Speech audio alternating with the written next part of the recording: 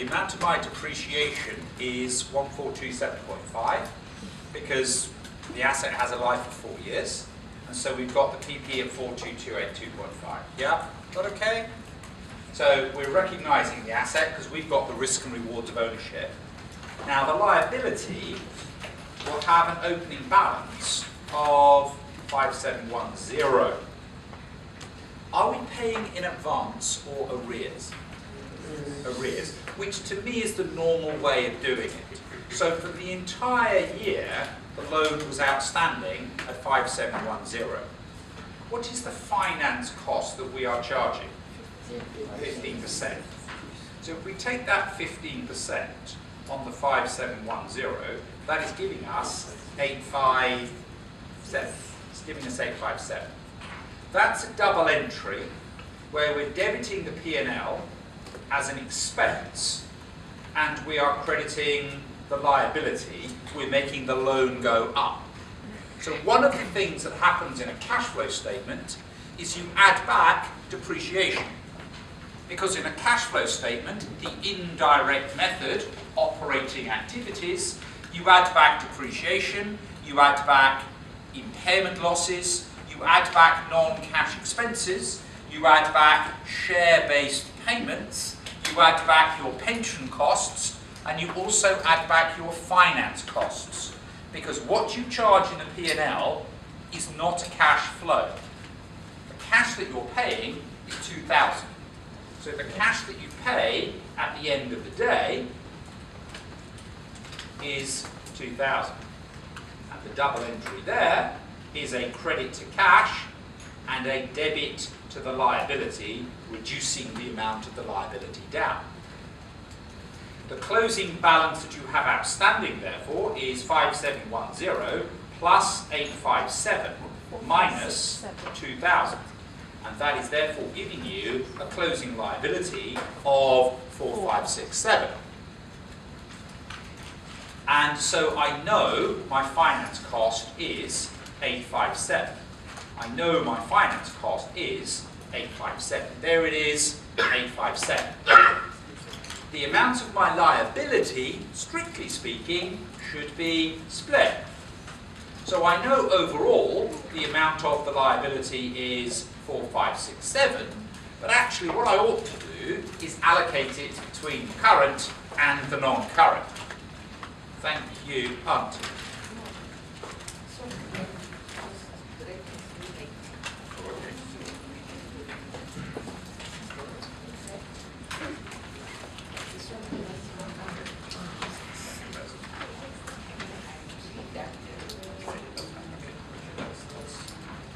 Thank you very much.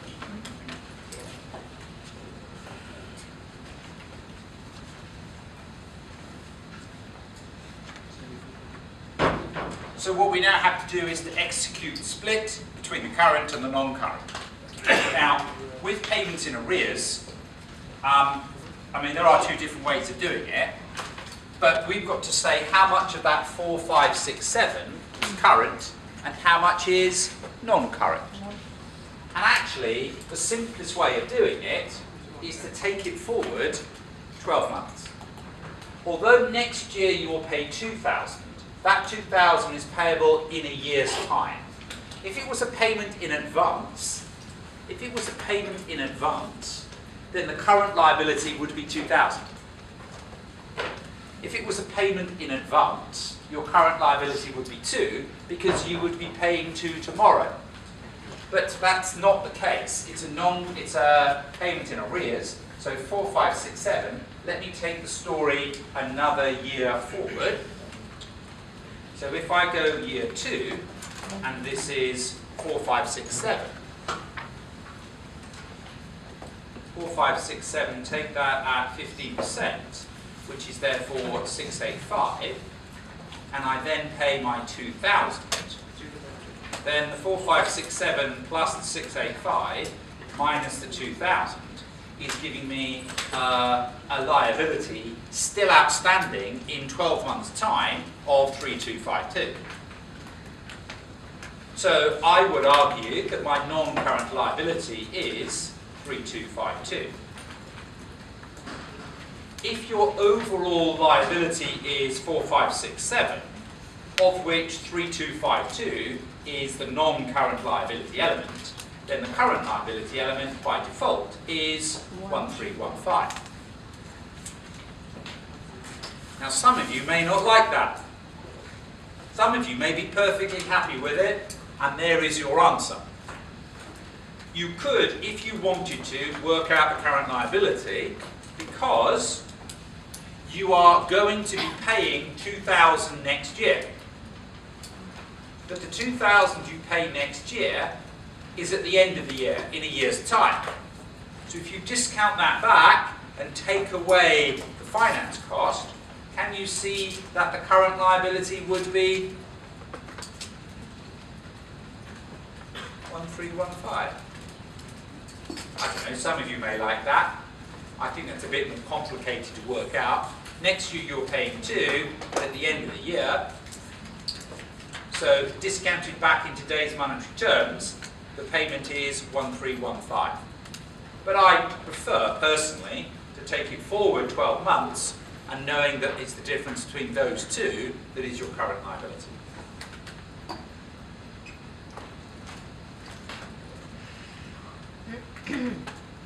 Leases. Finance leases. Leases. Finance leases.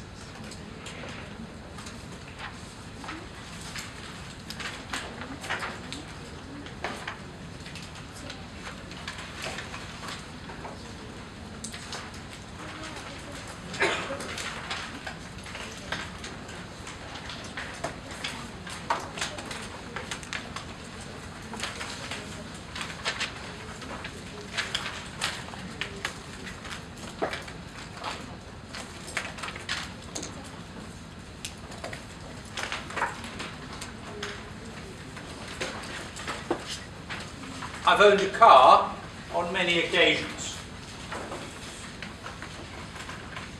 And every time I've sold a car, I've never driven it again. So why would you sell a car? When I sell a car, it's because I want a new one. I'm fed up with the old one, so I get rid of it. But what's happening here is we're selling an asset and then we're leasing it back. So because we're leasing it back, we continue to use the asset. So why would you be selling a car and then leasing it back? Why would you be selling an asset and leasing it back? What's your reason? What's the background? Refinancing. Yeah, financing. Yeah? You're getting money. What a sale and leaseback arrangement does is that it raises cash. So it helps your cash flow situation. Let's first of all consider a sale and operating leaseback. Let's first of all consider a sale and operating leaseback. Let's say that the carrying value of the asset is 10. And let us say that the proceeds and the fair value is 12. And the nature of the leaseback is an operating lease.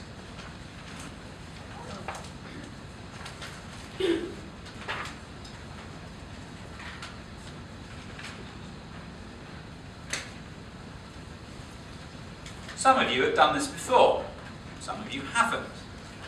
Doesn't matter. Let me slow down. You can work out the answer for yourself. I have an asset which is in the books at 10 and I sell it for 12. Although I continue to use the asset, the nature of the leaseback is an operating lease. What have I done?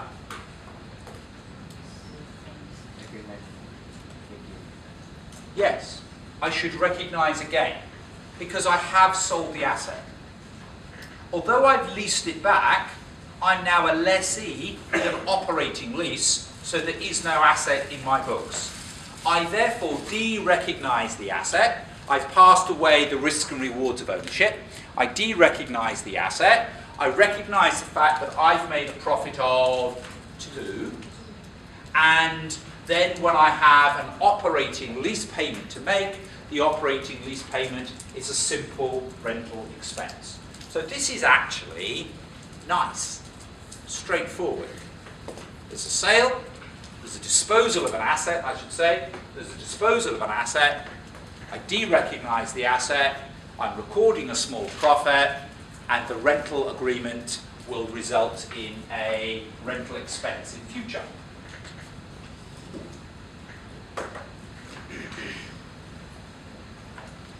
So the asset has been disposed.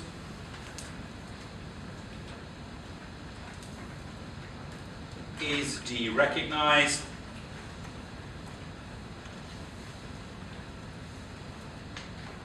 The risks and rewards not reacquired.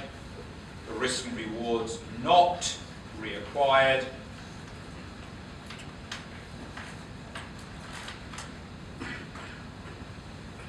There's a profit on the disposal.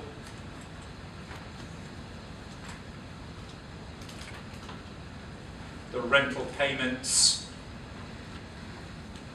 will be expensed. So, assets are being disposed of. It is de-recognized.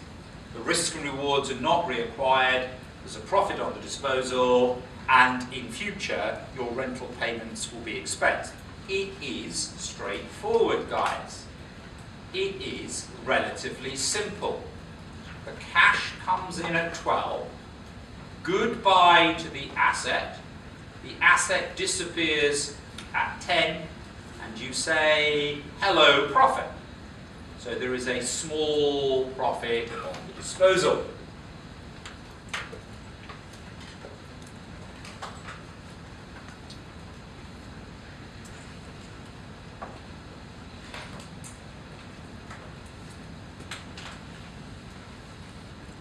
I have a slight twist. We sold the asset at fair value. So we sold the asset for 12,000.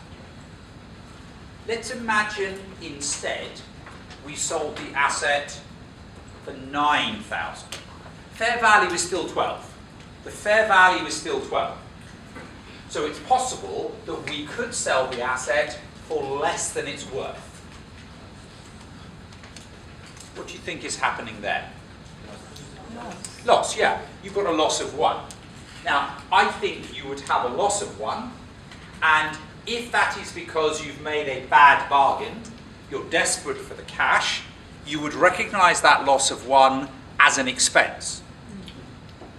But there's a phrase in my culture, maybe in your culture too. If you scratch my back, I'll scratch yours. Yeah. I won't take you up on the offer. Why have we sold it for less than it's worth? Yes. The rental back that we are going to be paying, perhaps the rentals back that we're going to be paying are also under the market rate. In which case, our 1,000 loss becomes a prepayment. Our 1,000 loss can then be spread over the period of the lease. I repeat, I'm imagining a situation where we are so desperate for cash, we sell it for 9. Fair value is still 12. So what we've done there, if it's a bad bargain, recognize the loss immediately. If, however, the sale at below fair value relates to the rentals in the future also being below fair value, then regard it as a prepayment, regard it as a spreading process. So,